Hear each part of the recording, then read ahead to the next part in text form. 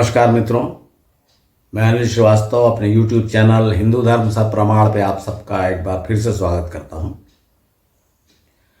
मित्रों, जैसे आपने देखा होगा अभी हम श्री कृष्ण के जो ब्रजभूमि में जो घटी घटनाएं हैं वृंदावन में, गोकुल में, उन सब के बारे में चर्चा कर रहे हैं।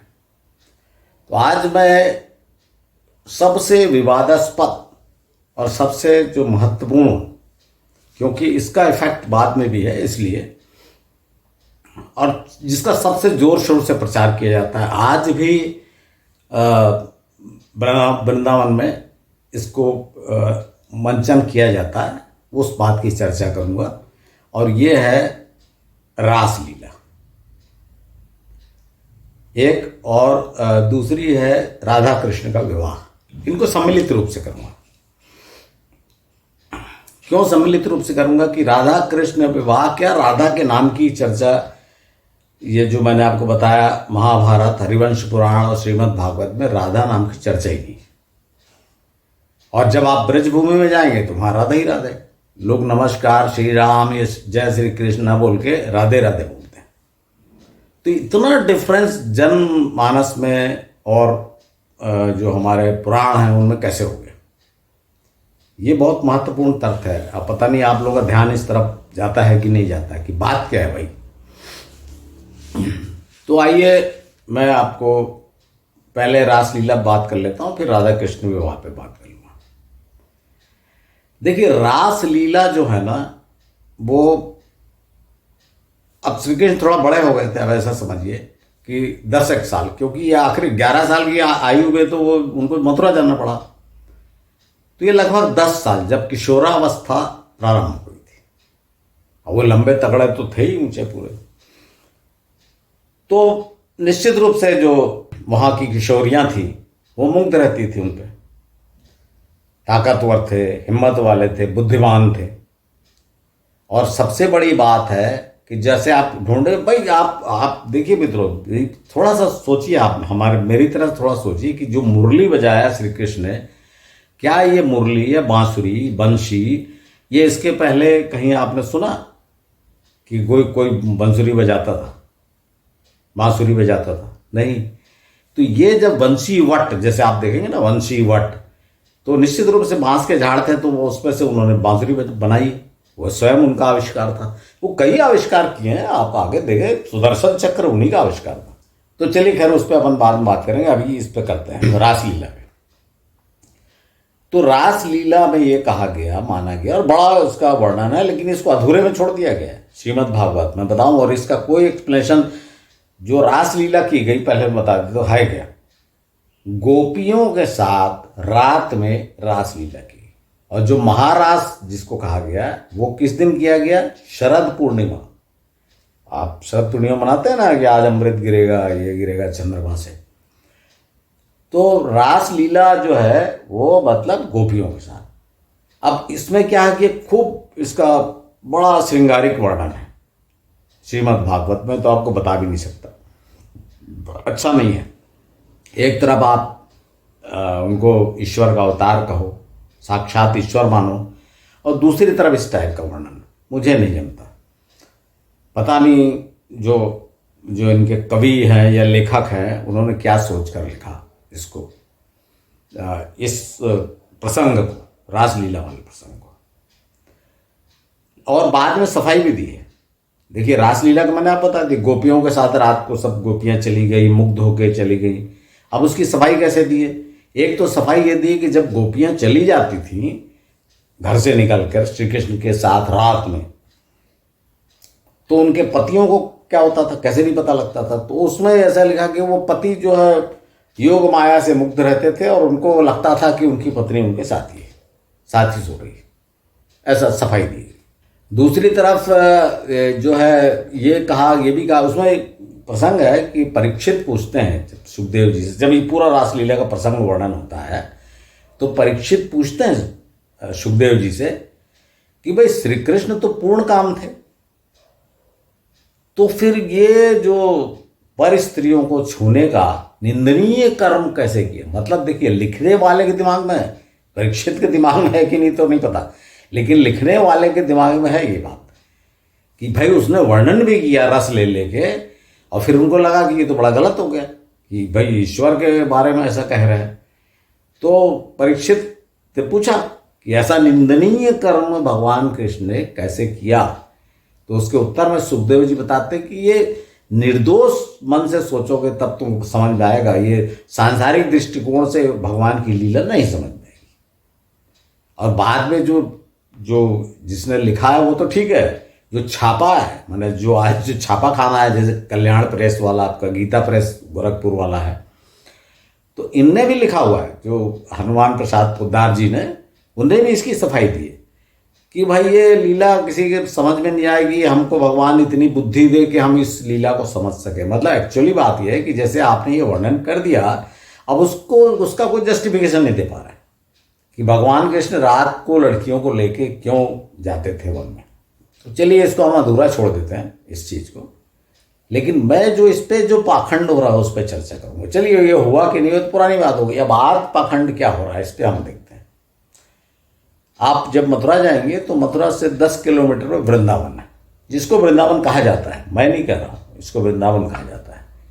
और यहाँ पर आप जाएंगे तो वहाँ पर एक निधि वन है, और ये बड़ा प्रसिद्ध है, जो भी जाता है तो यहाँ जाता ही है।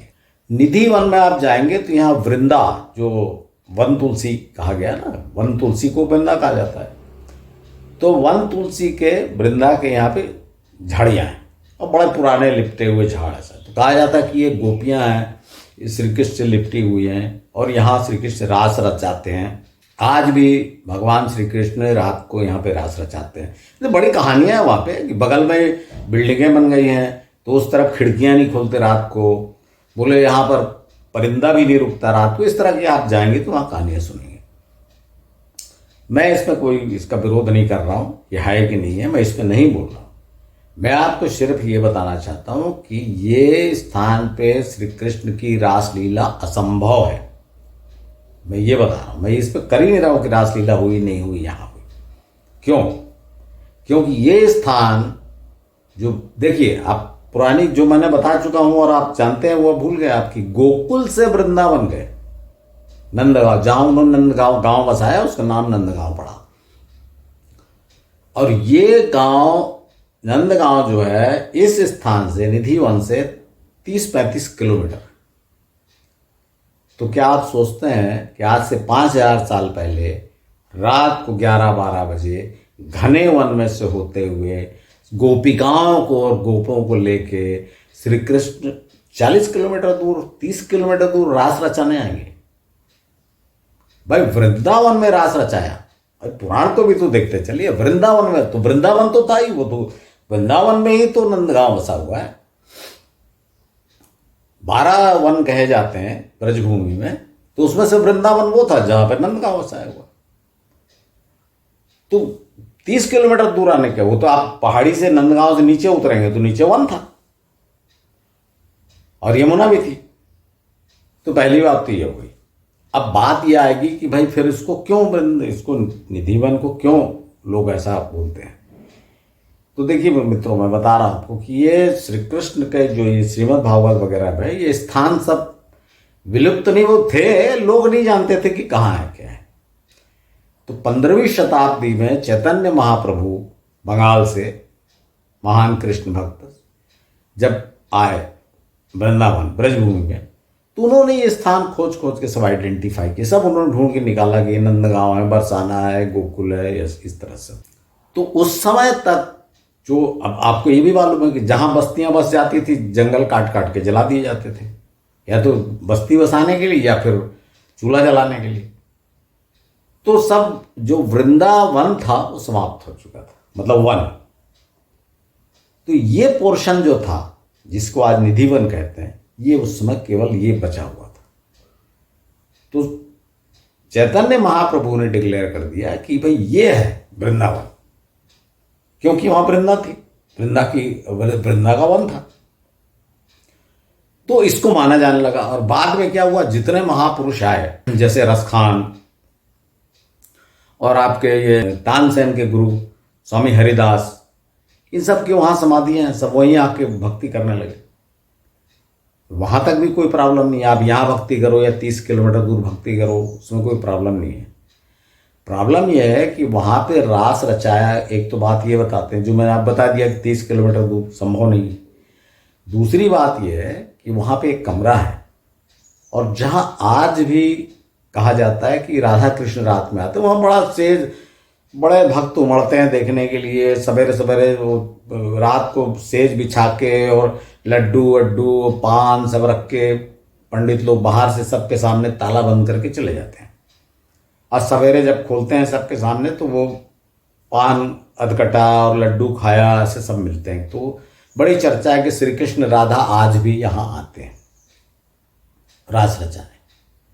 अब देखिए मित्रों कितना आपत्तिजनक है, थोड़ा सा सोच के देखिए आप किसके बारे में बात कर रहे हैं। उस महापुरुष के, हो सकता है आप मेरी इस बात को नहीं समझ पाओगे, जिसकी 16,108 रानियां थी और उसमें से राधा नहीं थी, तो वो राधा के साथ रास रचाने आता है आज भी। पहली बात तो ये हुई।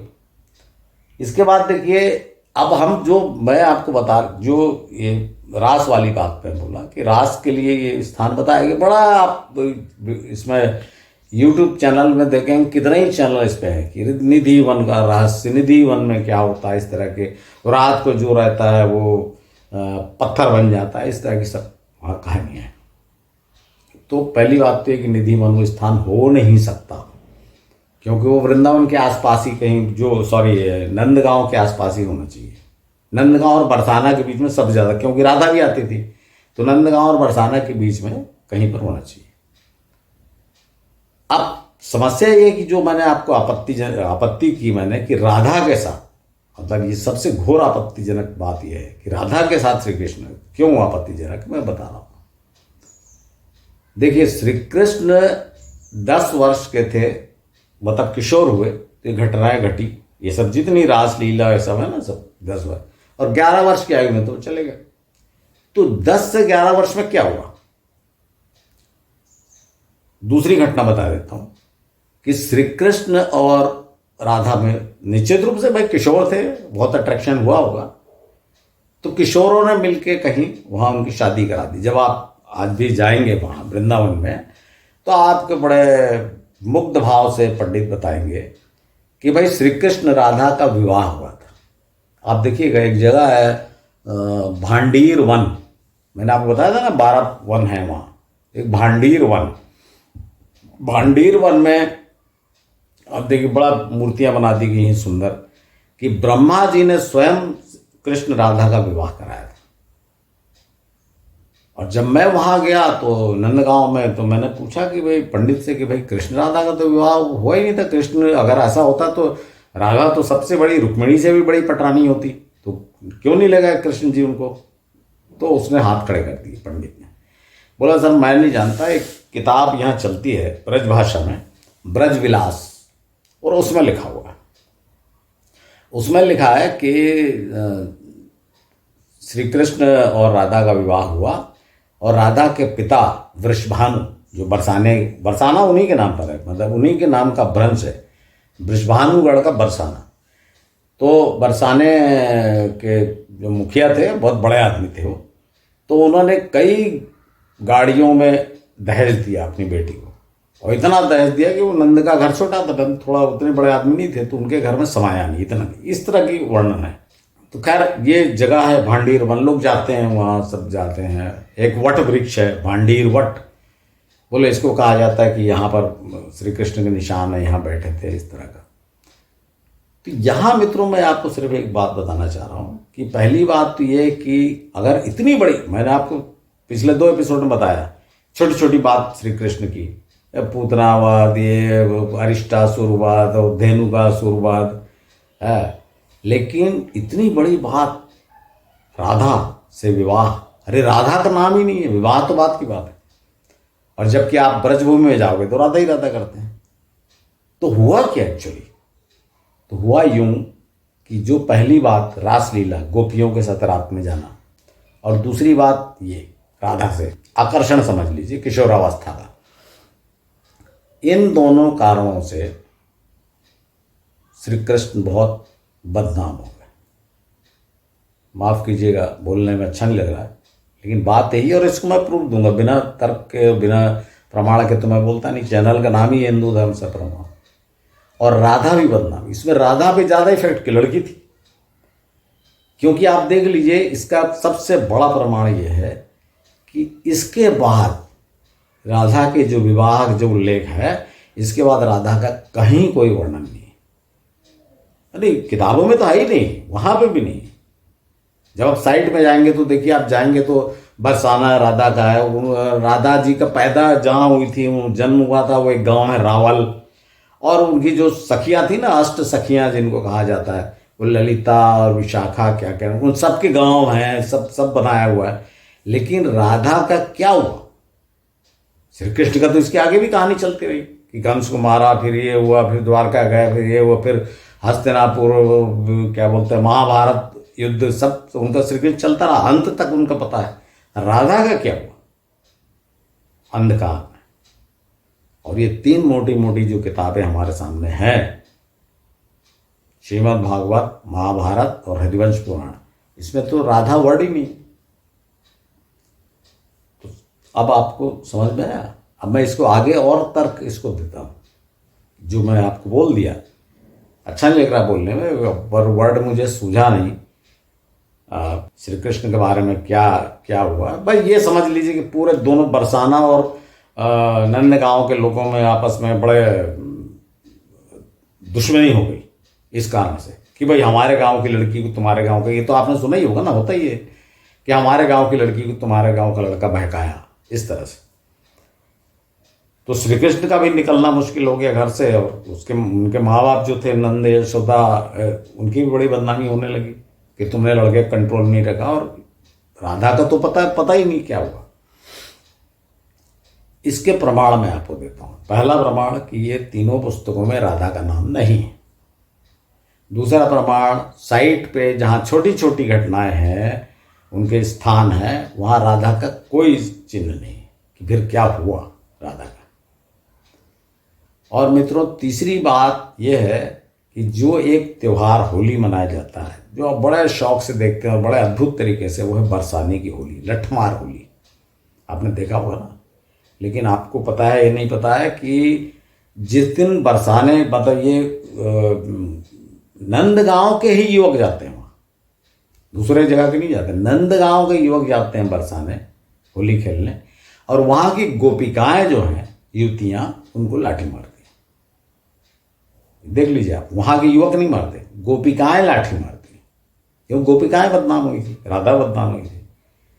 और दूसरे दिन बरसाने के युवक आते हैं होली खेलने नंदगांव, तो यहाँ की गोपिकाएं उनको लाठी मारती हैं।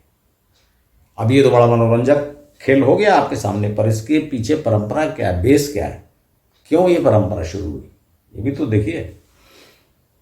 और तीसरी बात जो मैं आपको बताने जा रहा हूं, आज भी जब मैं गया था कुछ वर्ष पहले, तब तक था, अभी मुझे स्थिति पता नहीं, कि आज भी बरसाने और नंदगांव के युवक युवतियों के बीच में वैवाहिक संबंध नहीं होते।